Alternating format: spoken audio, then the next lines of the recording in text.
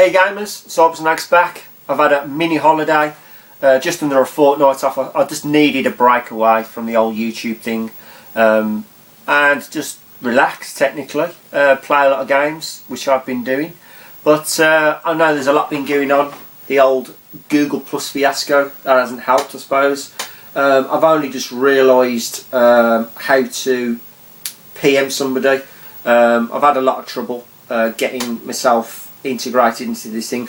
I was subscribed to it, but obviously never used it, and obviously now we're totally integrated into the Google Plus thing. I've added everybody, as many people as I know on the YouTube community, and I've subscribed to into the circle. So I'm getting to grips with the thing, but the only issue I'm having is when I'm on my iPhone, my Google Mail is just having an influx of emails. It's not like it used to be, where I used to receive an email telling me one of my subscriptions has put a new video up, or basically somebody's basically left a comment on my video. That's just the way I liked it. Now it's that, and on top of that I'm getting like probably 50, 60 emails a day from other YouTubers that I'm subscribed to, and it's their comments and conversation between other people's videos. Now I don't mind that, but I'm having to erase every day the comments. I'll read some of them, but most of them I don't, because obviously I go and I'd like to watch the videos myself and then comment on that video myself. But obviously I'm getting everybody else's conversation, including my own comments and new and latest updated videos. So if anybody knows how to get rid of all of that, so you can just receive emails on uploaded videos for your subscriptions, and then just make it so you can read your own comments from your own videos, let me know, because at the moment I'm just stuck, and it's just a pain in the ass, to be honest with you. But Google Plus over, as I say, I've had just under 2 weeks off. I needed the break. I'm glad, really. As I say, I've caught up with a few games.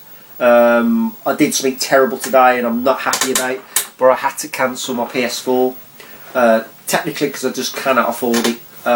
So I've got the Assassin's Creed Black Flag coming, the box set, but I will have a PS4 to play it on until after Christmas, which, fair enough. You know, I'm gutted a little bit, but you know, it's a PS4, I can wait. You know, I've got plenty to play. So, but as I say, that happened, not happy about, but I'll get over it. But I've picked up a few things over the last couple of weeks, a couple of bargains, to be honest with you. But swig it in and we'll start. Right, we'll start with the one thing that I picked up, and I did stick on Instagram and I stuck on Twitter, if anybody follows me on there, and an absolute bargain, to be honest. And what I did get, I've only got 3 of the games left what I had with the system itself, because I'll give the others away to my niece and my nephew, because I've got this console as well. But I managed to pick myself one of these up. Yeah, I've already got one, but I've got the limited edition Mario one, but I got that, and these are the only 3 games that I've got left with it. But you got No More Heroes 2, you got Sonic Ring, was it? Sonic and the Secret Rings, which I've never really played. I don't know if it's any cop, to be honest with you. And obviously Lego Rock Band, because I do like my Lego games. Whether I'll ever play this, I don't know. But I did have a further 5 games with that. I think it was Wii Resort. What else did I have? Mario Kart. And I honestly can't think of the 3 games. But there was nothing that I'd play, because there was more family and oriented, like, you know, so everybody can play. And there was a steering wheel with it, and a load of peripherals. And I got the entire lot for £10, which was pretty amazing. All I did was just stick an ad up on the old board in the canteen at work, asking if anybody wanted, you know, anybody had any old retro systems. Or consoles I don't want, and this woman says, well, yeah, I've got a Wii with 8 games and some peripherals. And I said, how much do you want for it? I went, for 10 quid. I went, you know what, I think I'll have that off you. So, bargain. Wii, 8 games, 10 quid, absolute steal. But this to me is trade fodder, as far as I'm concerned. So if anybody's interested in a boxed Wii, I mean, it's got absolutely everything. It's in fairly good condition. I'm willing to trade. But to be honest, I'm after a Dreamcast. I'm after a PAL boxed Dreamcast. Whether anybody would want to trade me for a boxed Dreamcast for the Wii, you know, it's entirely up to yourself. But the offer's there. It's a good working, fully working Wii with everything with it, obviously. And I'll throw in a game as well. Don't know what game I'll throw in, but that if anybody's interested in doing a trade for a Sega Dreamcast PAL boxed one, then I'm up for the old trade. But that was that first one anyway, which was a steal, 10 quid, absolute bargain. Now, the second system I got, which I did a video a couple of weeks ago, and I'd received, I was talking about one which I had a Raz, Sweet Gamma Raz. In fact, I'll talk about that first. And Paul Bradley. I haven't watched any videos, by the way, of anybody, because obviously having this break, I haven't had the chance to watch anybody's videos, so I'll be catching up over the next couple of hours of people's videos that I haven't seen. I watched a couple, but nothing major, so I've got a lot to watch from yesterday.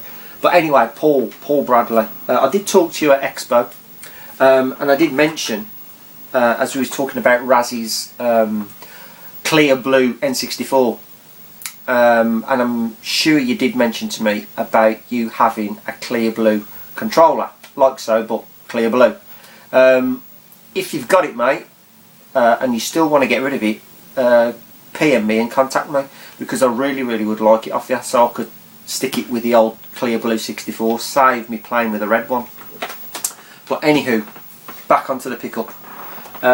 Yep, say a couple of weeks ago I said there was a system missing. Been waiting for a while, and I actually got it, and it's a system I've been absolutely itching to have in the collection for a long time, but it isn't boxed, but it'll do until I get a boxed one.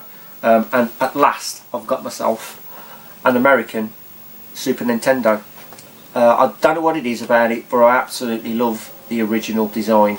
And many people probably don't, but I just do. As I say, I've had the Nintendo Junior boxed. I've had one for a good few years now, but I've never been able to get one of these.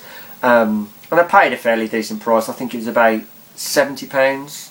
And I got a couple of games. I've kept the 2 box games, and the one I've sent to a YouTuber, which no doubt you'll see a video shortly off the guy.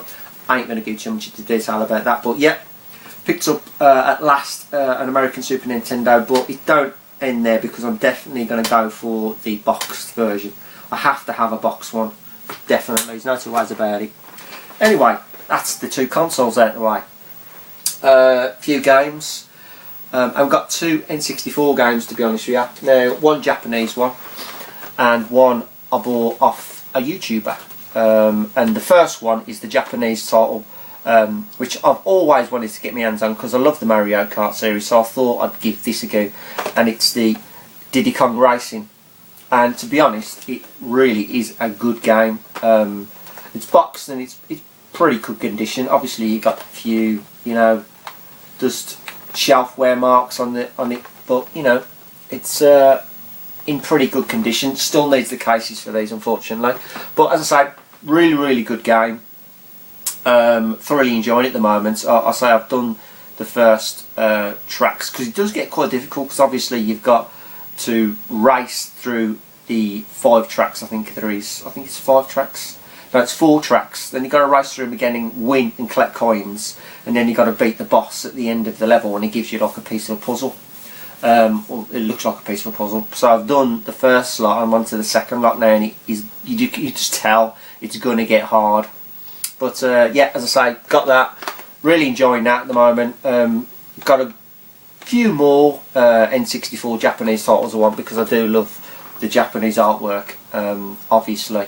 But I've got back into the N64 again. Nothing major, not in terms of I'm going to fully collect the thing. There are a few good titles for the PAL system and the Japanese system that I'm going to pick up eventually. But the second one I got from Toot UK. He showed me at Expo that he had it, and took a while to get round to getting it off him because I was being lazy, but I actually got it off him last weekend, and it is this one, Majora's Mask, the PAL N64 version, and it is in pretty tasty condition. As I say, it's got a bit shelf wear, but what do you expect, you know, but it's well looked after and it's in good hands now. So thanks for that, Stu. Marvellous. So that's the second game I've got for the N64. That's Majora's Mask, which is on in the background, and there's no sound because obviously of copyright infringement. Remember that, guys. I don't know if anybody's scared about this, the 18th, you know, all your videos, you've got to get rid of them, all that. I don't care, you know, at the end of the day I've probably got about 1 or 2 videos with actual music in the background, so I've got to get rid of them. I'll get rid of them and I'm going to redo them, simple as that. Right, on to 2 PS3 games. One I picked up a few weeks ago, which I've never shown, and that one is obviously Beyond Two Souls, the Steelbook edition. Not a bad game. If you loved Heavy Rain, then you should love this game. It's I don't think it's quite as good as Heavy Rain, because I really like that. That was a cracking story to that was. And obviously, like Heavy Rain, there are multiple scenarios, different endings. But as I say, I've been through it once. I did enjoy it actually. It was quite good.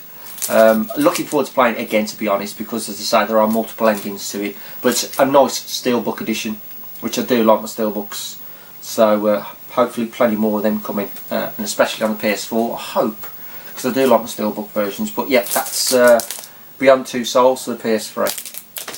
And the next one I already have already, but I bought the limited edition Japanese version, and then I seen this on Zavi going for like a special, because the second one's coming out as a Steelbook also, and it is Castlevania Lords of Shadow. Is that right? Yeah, Lords of Shadow, and it is a really nice Steelbook. I think it was 21 quid off Zavi. Really nice. And obviously last week they did show on Zavi that they're bringing out the Lord of Shadows 2 Steelbook, so that's pre-ordered already. I think that comes out in February.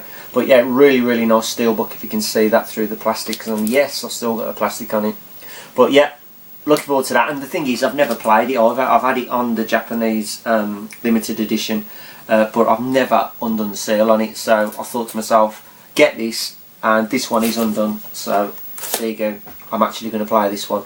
But yeah, that's Castlevania Lords of Shadows, or Lords of Shadow Collector's Edition Steelbook. Now the final item before my 15 minutes run out is something to do with the game I mentioned at the very beginning for the PS4, which is obviously Assassin's Creed Black Flag. Now the thing is with me, every Assassin's Creed I've ever bought, apart from the first one, I've ended up getting the Player's Guide, because I think the Player's hardback editions, the Player's Guides are really nice, and some fantastic detail, fantastic artwork in there. I've never used them because I've never had to. The only one I've ever used is Assassin's Creed 2, and that was when I'd done the game as much as I could, trying to find some of the hidden feathers so I can get the Auditor Cape, but that was about it. But they do help, but I only use them once I've played the game as much as possible, and you know, basically I can't get no further. But anyway, the hardback edition of Assassin's Creed Black Flag, it's got like a slip cover, and then obviously you got the old Assassin's Creed sign on the front. But I'll give it a quick ganzer. You know, the usual spiel, artwork and things like that. I haven't read it because I'm not about to, because I haven't got the game yet, but that's the Assassin's Creed Black Flag. That's the pickups, guys. My time's running out, so I'm going to leave it there. It's good to be back. The SNES collection's coming, believe me. Don't worry, Pete. All the best, guys. I am Sybersnake 7. Keep playing and keep watching.